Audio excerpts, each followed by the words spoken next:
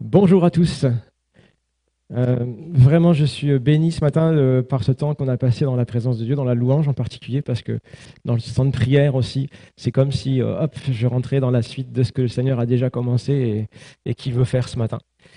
J'ai cette conviction sur le cœur que je vais tout vous dire ce matin. C'est le message que je vais vous apporter là. J'ai hésité à y renoncer à un moment donné. Vous savez pourquoi? Parce que le mois dernier, donc on avait dans cette série cardio, garde ton cœur plus que toute autre chose. C'est une série qui était inspirante et puis ouais, j'ai été tellement béni aussi par le message en particulier de mon ami Stéphane qui nous a parlé de l'anxiété et puis comment ne pas s'y noyer. Vous vous en souvenez, c'était le mois passé. Et puis c'est d'ailleurs suite à ce message que je me suis rendu compte que dans ma vie de prière, c'était la première fois que je parlais à Dieu de mon taux de cortisol. Vous vous en rappelez? L'hormone du stress. Il nous a expliqué un petit peu comment l'organisme fonctionne avec cette perspective originale puis médicale de Stéphane, hein. Puis j'étais béni, inspiré par tout ce qu'il nous a apporté. Puis en même temps, je suis reparti avec une question. Est-ce qu'il faudrait que je change le message du coup? Parce qu'on se rejoignait beaucoup sur certains points. Mais j'ai mis ça en prière. Et puis, vous vous rappelez ce qu'il nous a dit par rapport à ce que dit la parole de Dieu dans la Bible? Combien de fois on trouve l'appel de Dieu qui nous dit n'aie pas peur? 365 fois. Il avait dit on pourrait le lire une fois par jour dans l'année, hein. Donc je me suis dit, bon, alors on peut peut-être répéter une deuxième fois, peut-être certaines choses.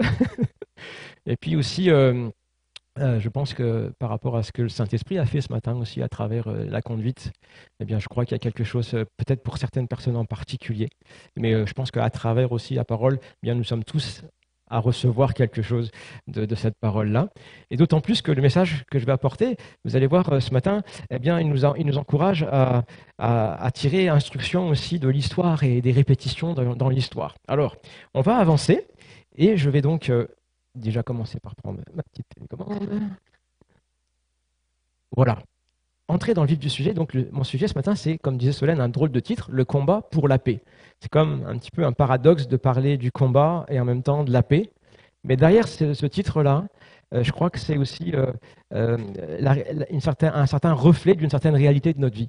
C'est que parfois, on est dans des situations de vie où nos cœurs sont comme un champ de bataille. Et la bataille de garder nos cœurs plus que toute autre chose consiste parfois simplement à pouvoir recevoir la paix, vivre dans la paix, marcher dans la paix, garder la paix que nous avons dans le Seigneur. Et la vie nous éprouve à ce niveau-là et pourrait des fois nous la faire perdre. Alors, il y a, je le crois, un combat pour la paix quelque part, même si c'est paradoxal. Et puis, le côté de paradoxal aussi de ce titre, eh c'est parce qu'il m'est inspiré par un verset de l'Écriture sur lequel on va s'attarder ce matin. Hébreux, chapitre 4, verset 11. Ce verset m'a toujours intrigué. Une expression que j'ai trouvée toujours étrange, celle-ci, que vous voyez à l'écran. Hébreux 4, 11, qui nous dit « efforçons-nous, d'entrer dans ce repos ». Puis, je ne sais pas si ça vous évoque quelque chose de bizarre, mais moi, ça m'a toujours fait drôle d'entendre cette déclaration de l'auteur de l'Épître aux Hébreux. Efforçons-nous donc d'entrer dans ce repos. C'est comme s'il y avait un truc un peu schizophrène là-dedans, parce qu'on a le côté de faire des efforts pour se reposer un peu. Et alors, vous êtes d'accord avec moi que la notion d'effort, bien, si je prends le dictionnaire Larousse, hein, je pense qu'on sait ce que c'est, mais bon, mobilisation volontaire de forces physiques, intellectuelles, morales, puis là j'aurais envie d'ajouter même des forces spirituelles. On peut mobiliser toutes nos forces en vue de résister ou pour vaincre une résistance. Donc c'est parce qu'on est dans une réalité d'opposition, il y a un défi à relever, donc on mobilise nos forces. C'est ça, c'est forcé, hein, vous êtes d'accord? Mais la suite du verset, on a la notion de repos. Puis moi, le repos, je l'imagine un peu comme ça. Donc, état de quelqu'un, c'est toujours le Larousse, hein, qui se repose, de quelqu'un qui est sans inquiétude, sans préoccupation, dont rien ne trouble la tranquillité. Est-ce que c'est un état que vous aimeriez vivre? Ouais, oui. Ouais. C'est certain, moi aussi, c'est un état qui nous parle, mais vous avez remarqué qu'il parle de ce repos. Donc il y a un repos spécial quand même, hein, qu'il va falloir creuser là-dedans. C'est pas n'importe quel repos d'ailleurs, puisque dans le contexte, on va le voir, c'est le repos de Dieu. Hein, donc c'est une qualité de repos inégalable. Alors, comme je disais, quand on prend ces deux notions, les efforts d'un côté, le repos de l'autre, on comprend. Mais moi, ce que je ne comprenais pas, et ce que j'avais du mal à comprendre, c'est comment tu les mets ensemble. Hein. Comment est-ce que tu peux t'efforcer de te reposer? Comment est-ce que tu peux te reposer tout en fournissant des efforts? Donc, ce matin, je commence avec ce verset, cette phrase-là, cette ambiguïté, ce paradoxe-là, puis je me dis, ben, je vous invite avec moi dans ma réflexion, puis dans cette méditation de cette parole de l'Écriture, parce que je pense que derrière cette parole de l'Écriture, il y a quelque chose qui est une puissance aussi de Dieu, de l'Esprit de Dieu, pour peut-être renverser nos pensées, les renouveler, et en même temps renouveler nos cœurs. Alors je parle des pensées et je parle du cœur parce qu'on va mobiliser un peu ces deux choses-là ce matin. Et on va commencer dans le dur, avec un petit peu de coco, il va falloir activer votre cerveau. Est-ce que vous êtes bien réveillés ce matin? Ok.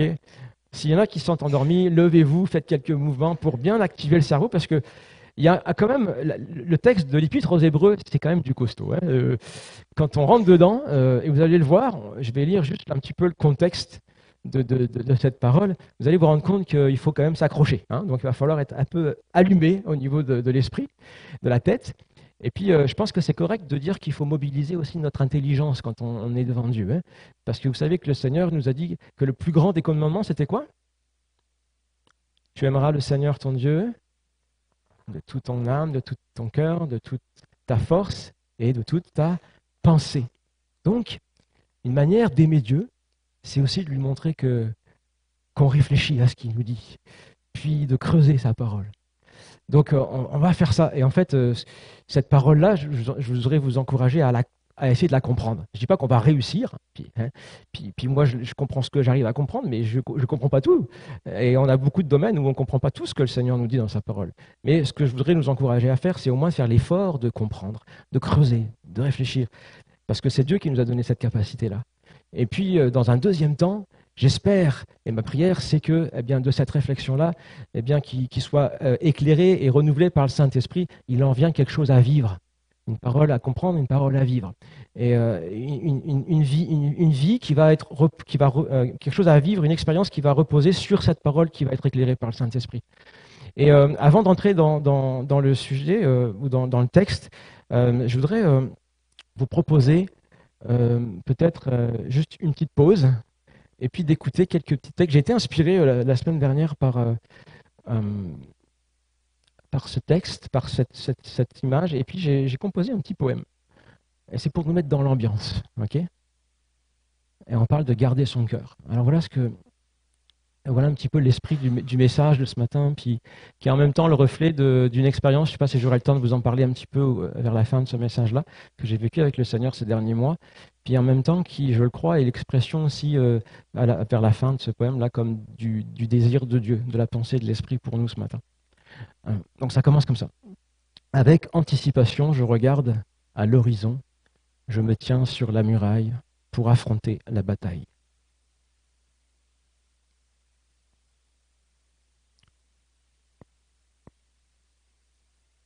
Je vois l'ombre qui menace, j'entends le vent de l'angoisse. Me voilà paralysé, toutes mes forces m'ont quitté.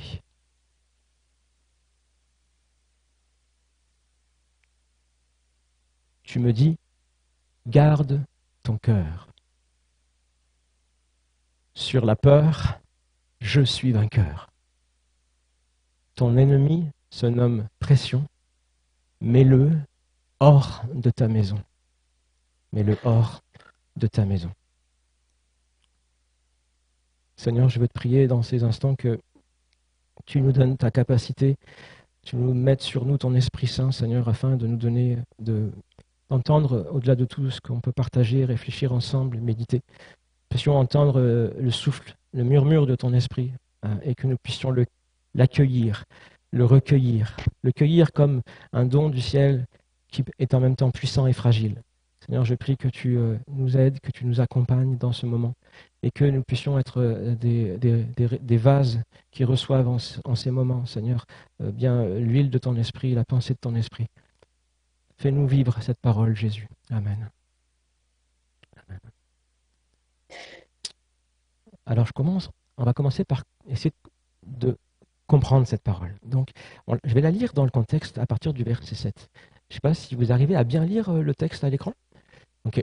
Donc, voici un petit peu comment ça commence. Au verset 7, en fait, si on voulait vraiment lire vraiment dans tout le contexte, il faudrait lire toute l'épître, hein, ou au moins à partir du chapitre 3, parce que c'est là qu'il commence à parler des choses dont on va un petit peu lire ici. C'est pour ça qu'au verset 7, vous voyez qu'il commence en disant « comme il est dit plus haut », c'est parce qu'il commence déjà à parler de ça avant, hein, mais bon, ça serait un peu trop long, donc on va juste lire à partir de là. Dieu fixe de nouveau un jour, aujourd'hui, en disant dans David, si longtemps après, comme il est dit plus haut, ça va, vous suivez toujours? Aujourd'hui, si vous entendez sa voix, n'endurcissez pas vos cœurs. Car si Josué leur eût donné le repos, ils ne parleraient pas après cela d'un autre jour. Il y a donc un repos de sabbat réservé au peuple de Dieu. Car celui qui entre dans le repos de Dieu se repose de ses œuvres, comme Dieu s'est reposé des siennes. Efforçons-nous donc d'entrer dans ce repos, afin que personne ne tombe en donnant le même exemple de désobéissance. Est-ce que ça va? Est-ce que c'est plus clair? Non, d'accord. Ça va. C'est exactement ce que je me suis fait comme réflexion. C'est peut-être pas plus clair. Parce qu'on se rend compte que là, il y a beaucoup d'idées, hein. Il y a beaucoup de choses qui sont mises ensemble, et différents événements, différents jours, différentes paroles aussi, et puis tout ça s'entrecroise, ça fait comme une espèce de milkshake, et à la fin, donc on finit avec le paradoxe, tu t'efforces de te reposer, d'entrer dans le repos. Et voilà. Alors, j'ai posé une question simple. Des fois, quand on a ce genre d'ambiguïté de questions, c'est toujours avec des questions qu'il faut venir avec le Seigneur. Puis la parole, elle nous questionne aussi. Donc, une première question que je vous pose ici. Qui parle dans ce passage? Qui parle? Il y a plusieurs voix qu'on peut entendre dans ce passage. Okay, je vous ai dit que ça allait mobiliser un petit peu le coco là, ce matin. Donc, qui est-ce qui parle ici? Qui est-ce qu'on entend parler? Dieu. Bon, là déjà, on a quelque chose d'important, vous ne croyez pas? Parce que Dieu parle dans ce passage. Dieu fixe un jour, Dieu dit, c'est celui effectivement qui manifeste sa parole. Donc dans ce passage, on a la voix de Dieu qui s'exprime. Hein, Dieu qui fixe un jour, Dieu qui dit dans David, Dieu qui dit plus haut, Dieu qui a parlé, qui parle encore. Donc on a vraiment le Dieu qui parle. Et ça, c'est la chose la plus importante, j'ai envie de dire, de tout ce qu'on peut entendre ici. C'est que c'est lui qui dit, qui redit, qui fixe un jour, qui fixe un nouveau jour. Donc c'est toujours cette parole de Dieu qui est exprimée là. Et quel est ce jour, au fait? Quel est le jour que Dieu fixe? Aujourd'hui, vous l'avez lu, hein? Dieu fixe un jour, aujourd'hui. C'est ce qu'on a lu, hein? C'est marqué dès le début, hein? Aujourd'hui. Donc, ce qu'il y a à comprendre ici, c'est qu'il y a une parole de Dieu pour aujourd'hui. On est quel jour aujourd'hui? 2025. Bon, alors gardez ça à l'esprit, gardez ça au cœur. C'est que c'est une parole de Dieu pour aujourd'hui. Parce que maintenant, on va remonter un petit peu en arrière à travers cette parole. Parce qu'il y a dans ce passage toute une richesse historique et intertextuelle de la Bible. Donc, au-delà des époques où on va entendre une parole, bien, il faut garder à l'esprit que c'est une parole de Dieu pour aujourd'hui. Ça, bien, je vois que vous êtes bien éveillés, ça me rassure. Donc, quelle autre voix dans ce passage on entend, à part la voix de Dieu? Ou je pourrais poser la question autrement, par quelle voix Dieu a parlé aussi? Josué, David. Donc, si on prend depuis le début, là, Dieu fixe de nouveau un jour aujourd'hui en disant dans David. Donc, on a ici la voix de David. C'est bizarre d'ailleurs, il parle non pas qu'il a dit par David, mais il a dit dans David. Alors, je précise qu'il n'est pas question de moi ici, David. Hein, ça, vous l'aviez compris. Et que, ceci dit, j'espère que le Seigneur pourra vous parler par mon intermédiaire. Mais là, quand il dit dans David, il veut parler de quoi? Du livre de David. C'est une expression pour parler du livre de David. Et vous avez une idée de ce que c'est le livre de David? Les psaumes. Alors là, on a une classe vraiment bien vivifiée ce matin. On va regarder dans quelle parole du psaume il fait allusion ici. Donc on a Dieu, on a David, vous avez dit qu'il y avait qui d'autre? Josué. Donc on a une troisième voix, la voix de Josué. Alors on est d'accord que David et Josué, c'est quand même pas tout à fait la même époque. Qui a participé à l'école de la Bible ici avec Sandrine, hein, avec la belle fresque historique? Alors Josué, il vient quand? Avant ou après David? Mais il ne faut pas que tu répondes, Désiré. Bon, effectivement, Josué, on sait c'est qui? C'était le successeur de Moïse, celui qui a fait entrer dans le pays promis, hein, la génération qui est venue après. Et puis il y a David, le grand roi, qui va justement d'Israël, qui va régner sur la nation, homme selon le cœur de Dieu, le roi selon le cœur de Dieu. Donc on a Dieu, on a Josué, on a David, si on les remet dans l'ordre un peu historique de tout ça, du texte aussi. Et qu'est-ce qu'on entend? Est-ce qu'on entend encore la voix de quelqu'un dans ce passage? Ou bien on a fini peut-être? Alors, il y en a une autre, mais des fois on ne s'en rend pas compte quand on est devant un texte de l'Écriture. Je vais le mettre ici, là, c'est celui qui a écrit, en fait. L'auteur, on est dans l'Épître aux Hébreux, hein. Donc quelqu'un a écrit une lettre à un moment donné, c'est l'auteur de l'Épître aux Hébreux qui écrit ce document, hein, et c'est lui qui s'exprime, c'est lui qui d'ailleurs met en mélange tout ce monde-là, et qui nous parle de tout ça. Donc on a l'auteur de l'Épître aux Hébreux aussi ici, qui s'exprime, qui a une voix, et il en reste encore peut-être une, deux voix, et je pense que quelqu'un l'a dit. Hein. Nous, oh là là, mais vous êtes trop forts. Effectivement, il y a ce nous qui résonne. Hein, on l'a dit, efforçons-nous. Donc c'est qui parle ici? Il y a l'auteur de l'Épître aux Hébreux qui parle d'un nous, mais du coup, il n'englobe pas que lui, il englobe ceux à qui il l'adresse. Hein. Il y a le nous des premiers lecteurs, les Hébreux, c'est à qui il envoie l'Épître, mais il y a aussi ce nous dans lequel nous, on se retrouve. Aujourd'hui, voilà. Oh, ils ont bien compris. Donc moi, j'aimerais qu'on puisse rendre cette lettre encore vivante aujourd'hui, hein, et qu'on fasse entendre cette voix du nous. Nous, c'est nous ce matin. Ça va, c'est quand même assez simple hein, finalement. Hein. Nous, c'est nous ce matin. Donc ce que vous allez faire, ce que nous allons faire, on va se le dire ensemble, efforçons-nous d'entrer dans le repos de Dieu. Voilà. Ah, voilà. Donc là, on entend toutes les voix qui s'expriment. Il y a ce nous d'aujourd'hui, ce nous d'aujourd'hui de l'époque, et puis celui de David, celui de Josué, et de Dieu qui à chaque fois nous parle, parce que Dieu, c'est le Dieu de chaque génération, qui a toujours une parole à nous dire pour... Oh, c'est formidable. En fait, ce passage, il fonctionne un peu comme le principe des poupées russes. Vous savez ce que c'est, les poupées russes, hein? Vous avez une poupée, vous retirez la poupée, à l'intérieur, il y a quoi? Une poupée. Vous l'ouvrez, à l'intérieur, il y a une poupée. Etc., etc. Et en fait, on a exactement ce procédé-là dans le texte ici, de l'Épître aux Hébreux. Il y a différents niveaux de lecture qui s'imbriquent les uns dans les autres, en fait.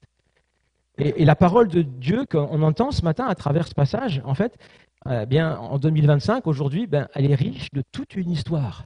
Et puis, c'est pas juste intéressant historiquement. C'est que si on prend en compte cette parole de Dieu dans toute l'histoire, ça va prendre du relief pour nous aujourd'hui. Alors c'est pour ça que je dis qu'il y a un petit effort là à faire, mais qui va être tellement peut-être inspirant aussi, pratiquement dans notre vie. Parce que ça va nous amener, cette relecture historique, peut-être à relire aussi, nous, nos propres vies, notre propre situation. Alors c'est pour ça que on va poursuivre dans cette lancée-là, puis en mesurant la richesse de cette parole de Dieu qui va rebondir comme des échos dans l'histoire. Alors, la parole que Dieu a pour nous aujourd'hui, eh bien, quelle est-elle? Qu'est-ce que nous dit Dieu finalement? Moi, je vais vous inviter à justement un petit peu prêter attention à tout cet héritage de transmission. Parce qu'en remontant dans le temps, eh bien, on va laisser le temps remonter vers nous et nous donner toute la profondeur et la richesse de cette parole qui a résonné une fois, deux fois, trois fois, jusqu'à nous aujourd'hui, et qui peut faire une différence. Alors voici les différentes couches qu'on a. Il y a déjà nous, on vient de le dire, qui venons de lire l'Épître aux Hébreux. Et puis la voix du Seigneur, la voix de Dieu, nous parle à travers cette parole, à travers l'auteur de l'Épître aux Hébreux. Et qu'est-ce qu'elle nous dit, cette parole? On l'a déjà lu, mais c'est bien de répéter.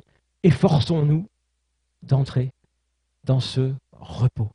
Et là, j'ai mis en surligné ce repos, parce que ce n'est pas n'importe quel repos, hein, on voit que dans le contexte, c'est le repos de Dieu. Le repos de Dieu. Donc c'est une qualité de repos qui se trouve seulement en Dieu. Et ce matin, je crois que c'est dans ce temps de louange, on a vécu aussi cette parole du Seigneur Jésus. On a chanté qu'il était notre fondation, notre rocher, celui en qui nous pouvions nous abriter. Et rappelons-nous des paroles du Seigneur Jésus qui nous parle du repos, de la qualité de repos qu'il peut nous donner, de la qualité de paix qu'il veut nous donner. Jésus a dit, je vous donne ma paix, je ne donne pas comme le monde donne.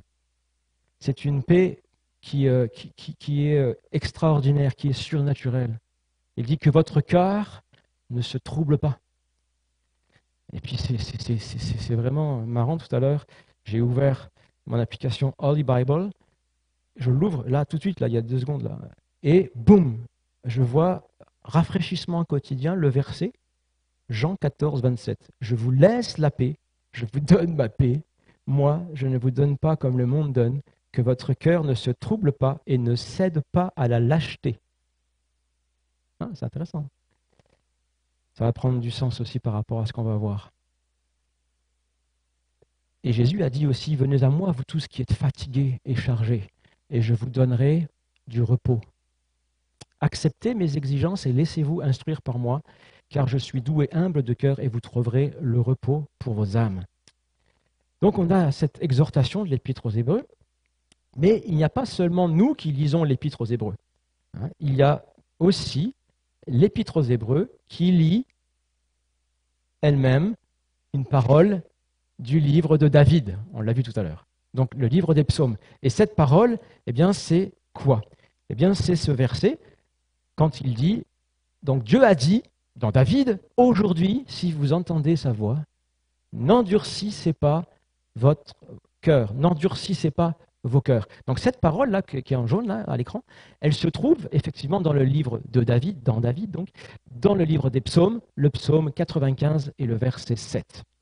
La voici, on la retrouve au verset 7 ici, qui exprime ici ce cri, cette aspiration du Saint-Esprit pour la génération du temps de David, si aujourd'hui vous l'écoutiez. Si aujourd'hui vous l'écoutiez. Et puis c'est sur cette parole que l'auteur de l'Épître aux Hébreux revient et il veut parler à ses auditeurs, donc à nous en particulier aussi, il veut nous dire, mais entendez bien cet aujourd'hui. Parce que ce n'est pas juste le psalmiste qui a écrit le aujourd'hui, mais c'est vraiment l'expression du temps de Dieu. C'est pour ça qu'il dit que Dieu fixe un jour, aujourd'hui. Et il le reprend dans l'Épître aux Hébreux. Voilà. Aujourd'hui. Donc cet aujourd'hui-là, eh bien, qui a été actualisé du temps de David, aujourd'hui, il est toujours valable au temps de l'Épître.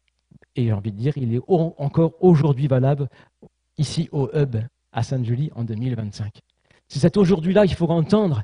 Et il dit, c'est Dieu qui parle ici. C'est la voix du Saint-Esprit qui parle et qui veut appliquer à notre cœur une réalité, une vérité qui vient d'en haut. Et en fait, ici, quand nous, on l'a lu ici dans l'Épître aux Hébreux, eh bien, il insiste vraiment fortement dans le contexte. Parce que si c'est la 3e fois qu'il cite cette parole du psaume, là, on vient de la lire juste une fois, mais si vous remontez un petit peu en avant, comme il dit plus haut, eh bien, ça fait 3 fois qu'il en parle. Vous la retrouvez au chapitre 3 et au verset 15, et vous la retrouvez encore plus haut au chapitre 3, au verset 7. Et là, dans ce contexte-là, il va carrément citer tout le psaume. Donc c'est pour dire, vous savez, quand vous trouvez dans un texte puis que c'est répété plusieurs fois, vous savez pourquoi c'est répété plusieurs fois? Parce que c'est important. C'est la manière de souligner, c'est la manière de mettre en gras, c'est la manière de mettre quelque chose à l'oral d'important, parce que la lettre, elle était lue. Donc si moi je répète pendant mon message 3 fois ce verset, il y a peut-être une chance qu'il soit un peu près retenu à un moment donné.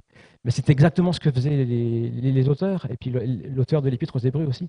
Donc il cite le psaume au complet. Pourquoi est-ce qu'il insiste? Pourquoi il répète? Parce que c'est important, mais c'est parce qu'il veut mettre en garde sa génération. Et la nôtre, et toutes celles qui seront après nous. Nous mettre en garde parce que le désir de Dieu, depuis le commencement jusqu'à l'Apocalypse, c'est que nous puissions, nous le peuple de Dieu, entrer dans son repos, que nous puissions entrer dans ses promesses de paix. Mais il y a certaines attitudes de cœur qui peuvent nous empêcher d'y entrer. certaines attitudes de cœur qui peuvent nous empêcher de les vivre. Et c'est pour ça que dans cette série, on parle de cela, parce que la série nous invite à garder notre cœur.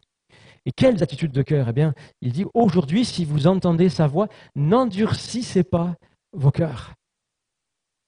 Donc, il y a un appel, et il y a quelque chose qui va être vécu dans cet appel qui vient du ciel, si nos cœurs ne sont pas durs, si nos cœurs sont souples, tendres. Et nous pourrons entrer dans la promesse, nous pourrons entrer dans l'expérience que Dieu veut nous faire vivre, dans son repos, eh bien, si nous écoutons et si nous obéissons. Et vous avez remarqué que dans le passage ici, il évoque un contre-modèle. Il parle d'un exemple de désobéissance, un exemple où a été manifesté des cœurs durs, des cœurs endurcis. Et il y a un contraste ici. Alors ici, il parle de cet exemple. À votre avis, de quel exemple il parle? À quel événement historique il fait allusion ici? Les eaux de Mériba. Vous avez remarqué qu'on a parlé de David, du psaume, mais on avait parlé qu'il y avait une autre voix, il y avait celle de Josué. Okay? Donc ici, dans ce passage d'Hébreu, on retrouve une allusion à quelque chose de la génération de Josué qui s'est passé, un exemple mauvais, on va voir lequel, qu'on retrouve aussi chez le psalmiste, qui, quand il écrit son psaume et qui dit à sa génération « Mais écoutez la voix du Seigneur », eh bien, il va rappeler le même événement. Hein. Et là, je vais le lire avec vous, dans le psaume, cette fois-ci, 95. « Si aujourd'hui vous l'écoutiez, ne vous obstinez pas comme à Mériba, comme au jour de Massa dans le désert, où vos pères m'ont provoqué en m'éprouvant, bien qu'ils aient vu mon action, pendant 40 ans, j'ai eu cette génération en dégoût, et je dis, c'est un peuple dont le cœur est égaré, ils ne connaissent pas mes voies. Aussi, j'ai juré dans ma colère, en aucun cas, ils n'entreront dans mon repos. » On commence à rassembler les éléments. Donc ici, le psalmiste, de quel épisode est-ce qu'il fait allusion? Eh bien, de l'épisode au désert, de l'événement où, en fait, au temps de Josué, le peuple va refuser ultimement d'entrer dans le pays promis, dans le pays de Canaan. Est-ce que vous êtes toujours avec moi? Ok. Donc, on a une poupée russe, au moins à 4 niveaux. Hein. Nous lisons l'Épître aux Hébreux, qui, elle, lit le psaume 95, dans le livre de David, qui, lui aussi, lit l'événement qui se trouve en Josué, de la génération de Josué. Et là, ce passage-là se trouve où dans la parole de Dieu? Dans le désert, dans les nombres, exactement, dans le Pentateuque. Il y a plusieurs allusions à cet événement, mais l'événement en tant que tel, on le trouve dans Nombre. Donc, Nombre, chapitre 14. Qu'est-ce qu'on trouve dans ce passage? On arrive bientôt à la fin, ne vous inquiétez pas. En fait, on pourrait remonter carrément à la Genèse, au chapitre 1er, au verset 1er, parce que le repos de Dieu, ça fait allusion au chapitre 1 de la Genèse aussi, mais on va s'arrêter là ce matin, parce que le but, c'est de tirer quelque chose aussi pour nos âmes et notre vie quotidienne. Mais Josué, c'est intéressant de s'y arrêter, parce que Nombre 14, qu'est-ce qui se passe? On entend la voix de Josué s'exprimer effectivement en Nombre 14. Je vous mets dans le contexte. Donc, c'est le moment où les 12 espions sont partis en Canaan pour regarder le pays. Ils reviennent et ils font leur rapport. Et vous savez, c'est quoi le rapport des espions? C'est « Ouais, c'est vrai, c'est un bon pays, il est sympa, mais… » Voilà. Mais c'est un pays inaccessible, on ne pourra pas y aller, c'est foutu. Il y a trop d'ennemis, il y a trop de villes imprenables, il y a même des géants. Bref, et tout le monde, en entendant cette nouvelle, imaginez-vous quand même tout le périple qu'ils avaient fait pour arriver là. On leur dit ça, on dit tout ça pour ça. Donc qu'est-ce qui se passe? Eh bien, le peuple d'Israël se décourage, se met à crier, se met à sangloter toute la nuit, nous dit le texte. Donc ils vivent ça comme un deuil en fait. Puis la tristesse, le sens, ça ne fait pas de sens, le découragement va laisser place à la stupeur, à l'incompréhension. Pourquoi est-ce que dans ce cas-là, Dieu nous a fait sortir d'Égypte? On aurait dû mourir dans le désert, ça aurait été bien plus simple. Et puis de là va naître aussi une certaine colère, une certaine rébellion dans le cœur. Tant et si bien qu'à un moment donné, même ils vont se dire on n'a qu'à se trouver un autre chef, parce que Moïse et Aaron, ils nous font tourner en bourrique, là, donc prenons-nous un autre chef et puis retournons en Égypte. Ça, c'est un petit peu la réaction. Et c'est dans ce contexte-là qu'on a Josué qui va s'élever et qui va élever sa voix avec Caleb. Hein. Et là, c'est une voix dissonante, c'est une voix minoritaire, 2 sur 12, et tout le peuple qui était avec les 10 autres, et qui maugréait. Donc, c'est une voix qui va s'élever, et qu'est-ce qu'elle dit, cette voix? Donc Josué, fils de Nun, et Caleb, fils de Yéphouné, déchirèrent leurs vêtements et dirent à toute la communauté des Israélites, ce pays que nous avons parcouru pour l'explorer est un pays merveilleux. Si le Seigneur prend plaisir en nous, il nous fera entrer dans ce pays et nous le donnera. C'est un pays ruisselant de lait et de miel. Seulement, ne vous rebellez pas contre le Seigneur et n'ayez pas peur du peuple du pays. Nous n'en ferons qu'une bouchée. Ils n'ont plus d'ombrage pour les couvrir. Le Seigneur est avec nous. N'ayez pas peur d'eux. Donc, cette voix qui résonne, celle de Josué, de Caleb, en gros, c'est « ayez confiance ». Ayez confiance dans le Seigneur. Il y a des défis, il y a des géants, c'est vrai, le pays est habité, il y a des villes fortes, etc. Mais ayez confiance, le Dieu qui a fait la promesse est avec nous.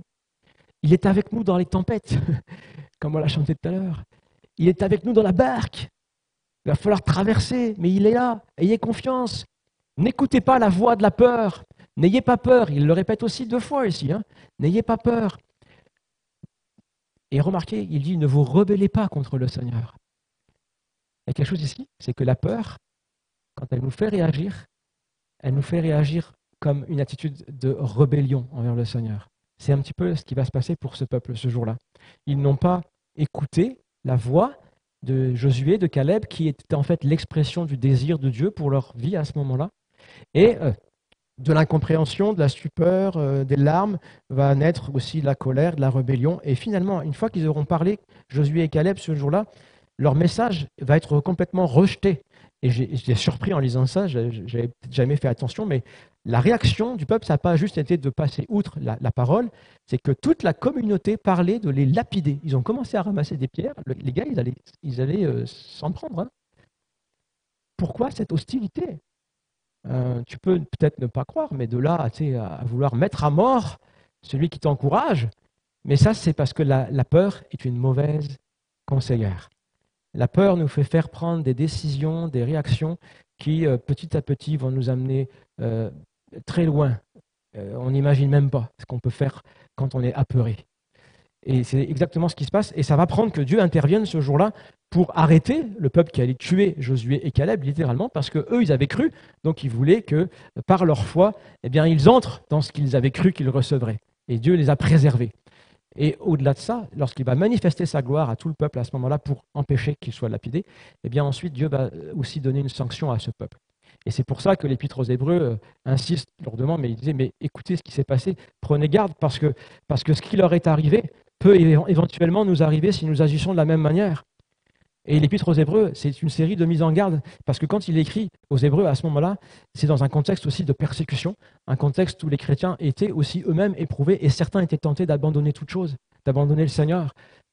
Et donc il leur dit, mais ne faites pas marche arrière, comme je lisais tout à l'heure dans le verset que j'ai lu un instant, ne soyez pas, ne craignez pas, et faites confiance au Seigneur, acceptez la paix qu'il veut nous donner, ne cédez pas à la lâcheté, quelque part, comme la parole de Jésus le disait.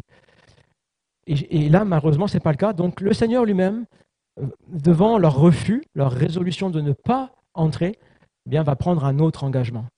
Et c'est une promesse terrible. C'est Dieu ici qui parle, quelques versets plus loin. « Par ma vie, par la gloire du Seigneur qui remplit toute la terre, de tous les hommes qui ont vu ma gloire, et les signes que j'ai produits en Égypte et dans le désert, qui m'ont provoqué déjà 10 fois et qui ne m'ont pas écouté, aucun ne verra le pays que j'ai promis. Par serment à leur père, aucun de ceux qui m'ont bafoué ne le verra. » Donc c'est une promesse terrible là.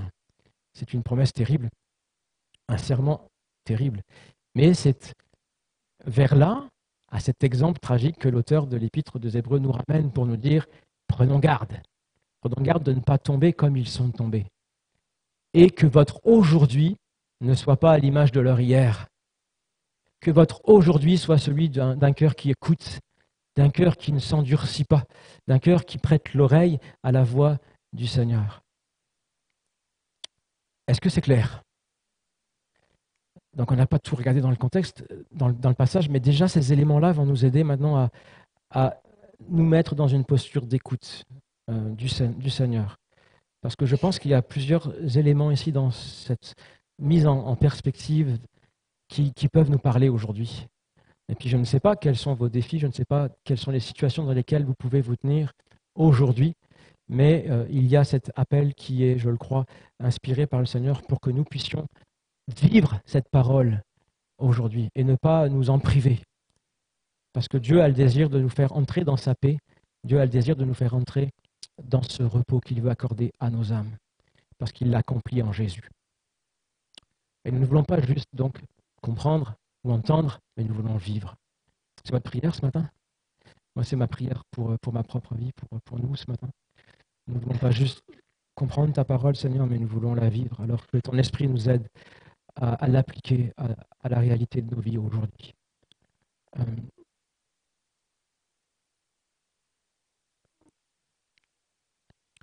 Moi, j'aimerais juste partager avec vous comment est-ce que cette parole maintenant résonne dans mon cœur, comme peut-être des pistes d'application. Comment est-ce que tu peux recevoir cette parole ce matin et puis l'appliquer à ta vie, l'appliquer à la vision de tes géants. Quand il nous est dit, quand on s'est dit tout à l'heure, tous ensemble, efforçons-nous, puis je pense qu'on veut en tant qu'Église que personne ne tombe dans l'exemple de désobéissance qui a été comme montré du temps de Josué, mais qu'au contraire, on soit tous à entrer dans les projets de Dieu, dans la destinée que Dieu a pour nos vies. Mais comment on fait? Eh bien, efforçons-nous pour entrer dans ce repos. Il y a une chose toute simple qui me paraît importante, c'est celle-ci. C'est se mettre à l'écoute active de Dieu. Vous savez, quand le texte, quand la parole de Dieu nous dit efforçons-nous, ben c'est parce que d'écouter Dieu, ça demande un effort. Et je crois que c'est la première chose à faire quand on traverse une tempête. Quand on est confronté à la réalité d'un défi tel qu'un pays à conquérir avec des géants menaçants devant nous, c'est de se mettre à l'écoute active de Dieu. Et puis, c'est un effort dans le sens où ça demande effectivement un certain effort de notre cœur pour nous mettre à l'écoute de Dieu. Pourquoi? Parce qu'en ce temps-là, dans ce moment-là de notre vie, il y a beaucoup de voix qui résonnent. C'est un brouhaha de voix. C'est comme au temps de Josué et de Caleb, où tout le peuple, pendant toute la nuit, avait crié, sangloté. Vous entendez des cris, des hurlements, des larmes, des cris de colère, beaucoup de choses qui sont là et qui sont à l'image dans ce campement-là. Ce campement, c'est l'image de notre cœur. C'est un vrai champ de bataille. Parce qu'il y a des terreurs qui sont au loin, il y a des regrets qui sont là, qui voudraient nous engloutir, nous aspirer jusqu'au fond. Ils voudraient nous faire entrer même dans la tombe. Tu as même des pensées de mort parfois. Tout comme ce peuple-là qui disait, mais on n'aurait qu'à mourir dans le désert, ça aurait été bien mieux pour qu'on arrive jusqu'ici. Tu as le désespoir qui te saisit. Tu as toutes ces voix qui se surenchérissent les unes sur les autres, qui s'écrasent. Et toi, tu es là. Et pourtant, il y a la voix de Dieu qui s'exprime. Mais l'entends-tu? L'écoutes-tu? Se mettre à l'écoute active de Dieu. C'est quelque chose dont nous avons besoin. Et là, je vous avais parlé d'un mot de témoignage, mais je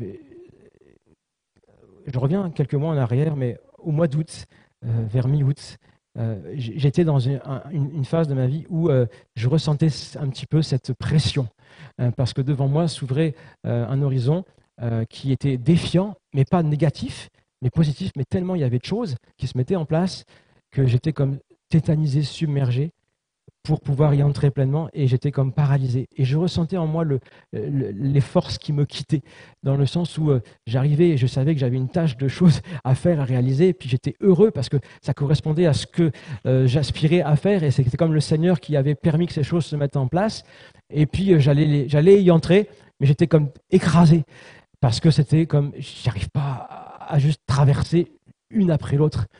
Et c'était un moment où je ne dormais pas très bien parce que j'arrêtais pas d'y penser. Puis quand j'étais dedans, quand je voulais les travailler, quand je voulais m'y mettre, c'était tellement grand à mes yeux, la montagne de choses à faire pour le trimestre, que je me disais, mais comment je vais arriver au bout? Comment je vais y arriver au bout?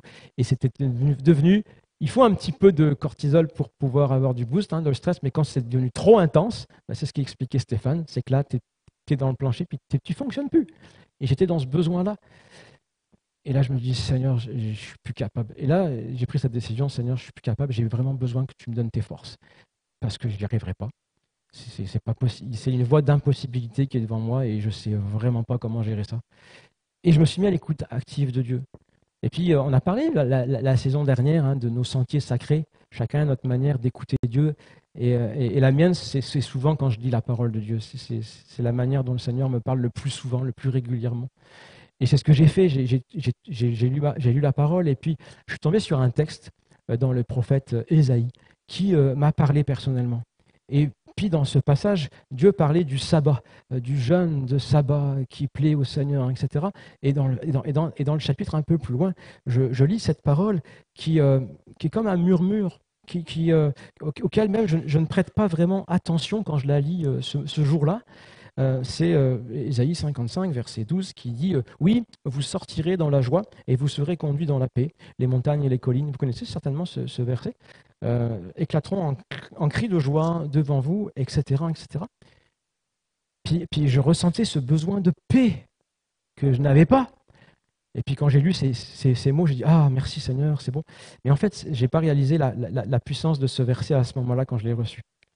Il a fallu que j'y revienne, que je me mette à l'écoute les jours qui ont suivi, les mois qui ont suivi, les semaines qui ont suivi, à l'écoute de cette parole parce qu'il y avait une promesse pour ma vie. Là, je parle de quelque chose qui me concerne, mais c'est pour dire qu'il y a un moment donné où face aux défis, face aux géants, face à la peur, face aux montagnes, ça va nous prendre de nous arrêter pour dire « Seigneur, je reconnais que j'ai besoin de ton aide.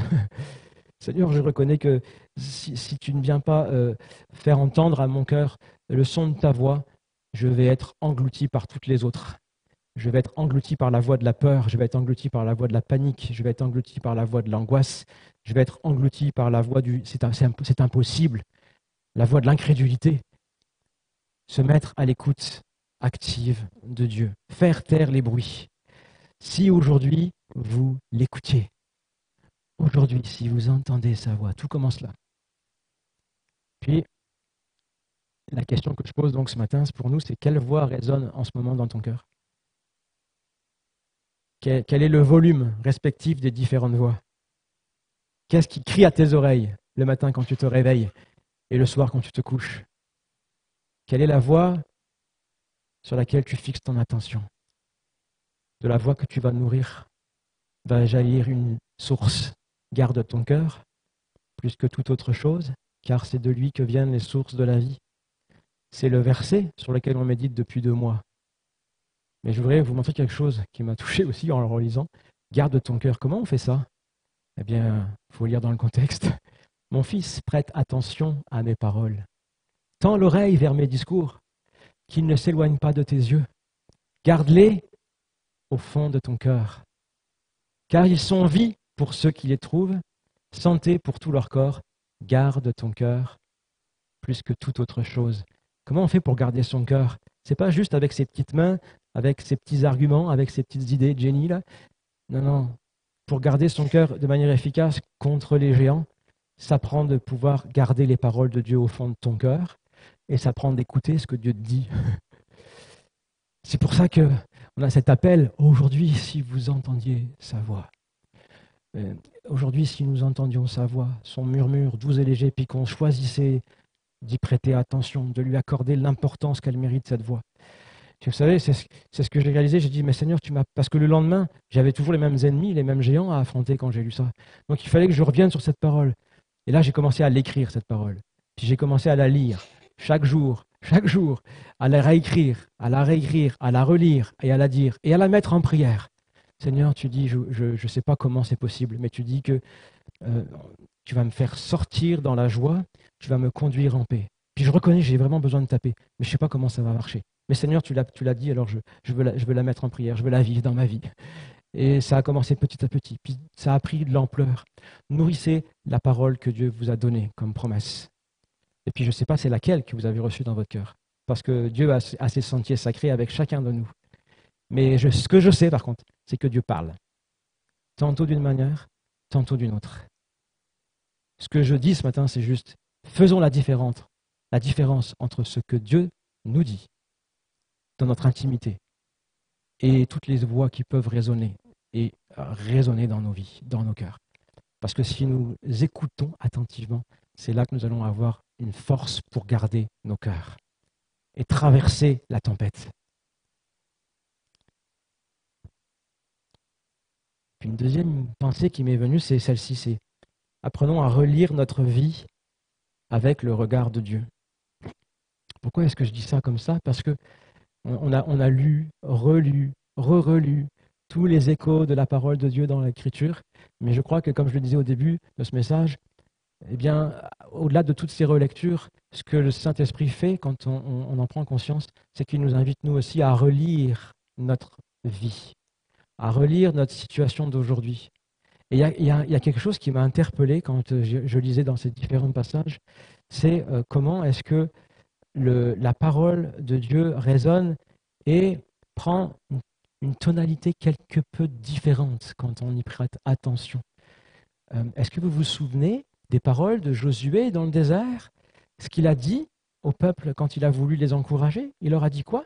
Il leur a dit « Faites confiance au Seigneur, il est avec nous, il nous fera entrer dans ce pays. » Et après, quand Dieu va faire le serment que c'est trop tard, ils ont manqué le moment de pourvivre parce qu'ils avaient résolu de ne pas y entrer, il dira « Aucun ne verra le pays que j'ai promis. » Donc, à ce moment-là, en Nombre 14, tous les deux, Josué, Dieu parle de quoi?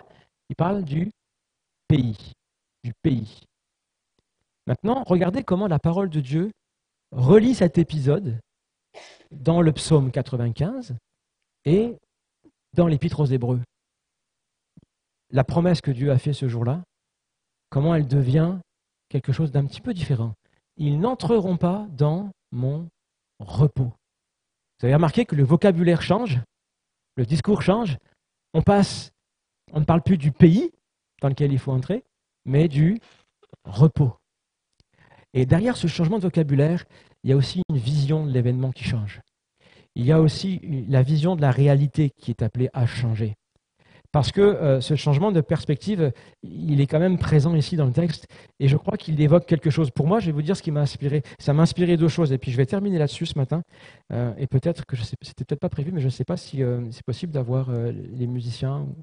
Je ne sais pas si c'est envisageable, mais j'aimerais qu'on puisse peut-être prendre le temps de revenir sur cette parole de Jésus dans la tempête qu'on a chantée tout à l'heure. Mais pendant qu'ils vont venir, mais je vais vous dire, moi, c'est ce que cet écho m'inspire deux choses complémentaires. Et j'aimerais qu'on m'attarder là-dessus juste un instant, avant qu'on entre dans ce temps de prière, d'écoute, de louange. La question, c'est que vois-tu à l'horizon?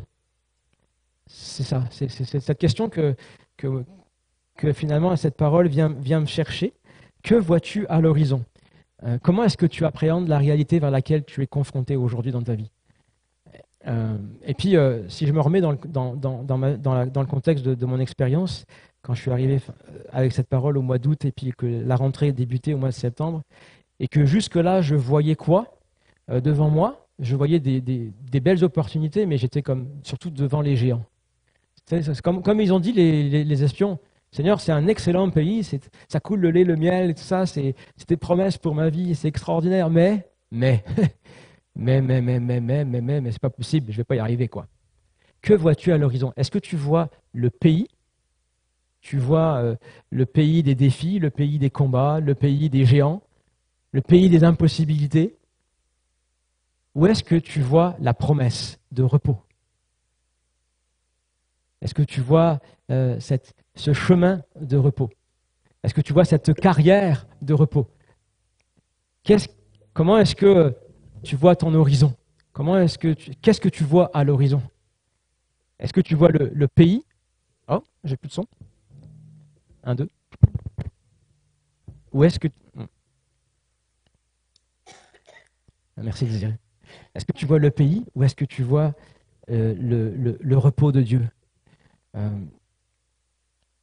Sa promesse. Parfois, on appréhende notre réalité comme ça, comme l'exprimait le début du poème que j'ai exprimé tout à l'heure.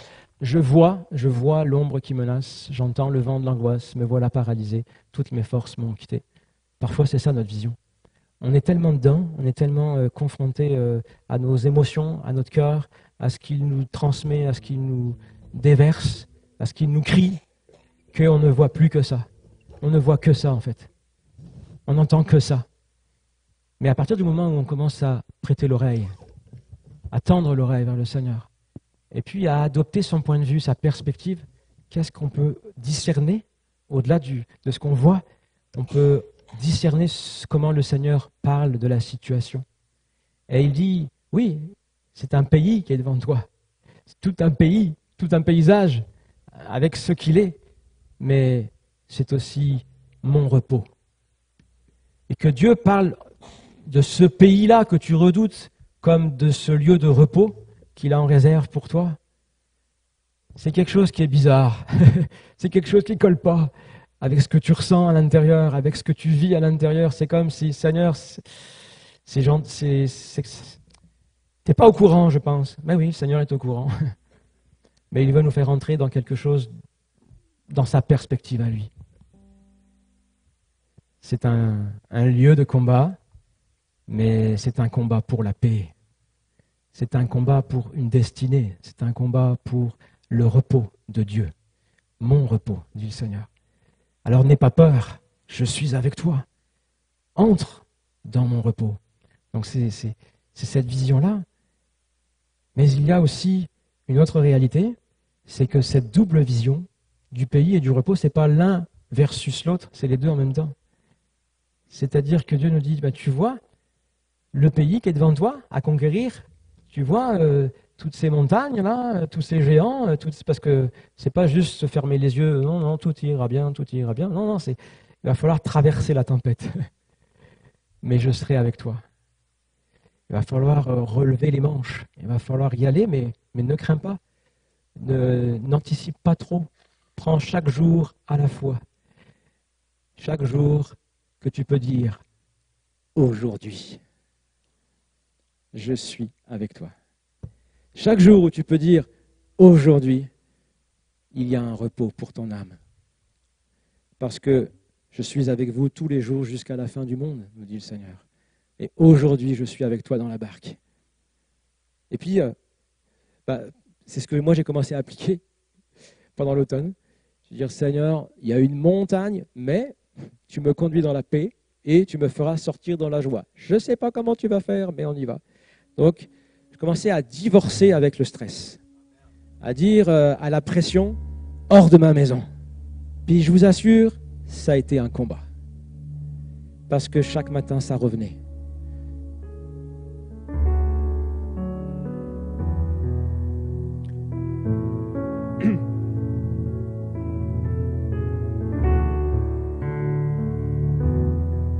Mais le Seigneur avait fait une promesse.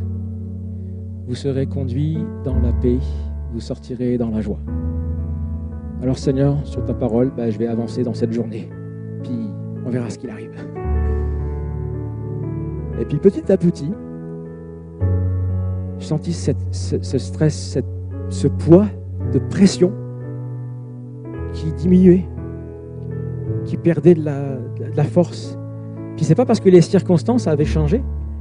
En fait, si je vous dis la vérité, c'est que les semaines qu'on suivit, on a dû affronter quelques tempêtes encore plus fortes. Et j'ai compris que je serai avec toi n'était pas juste pour moi, mais c'était pour nous.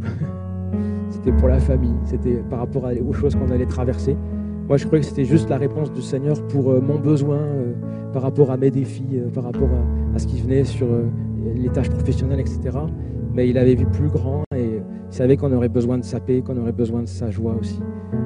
Et j'ai réalisé que le Dieu qui fait la promesse, le Dieu qui nous parle, il voit tellement plus loin que nous.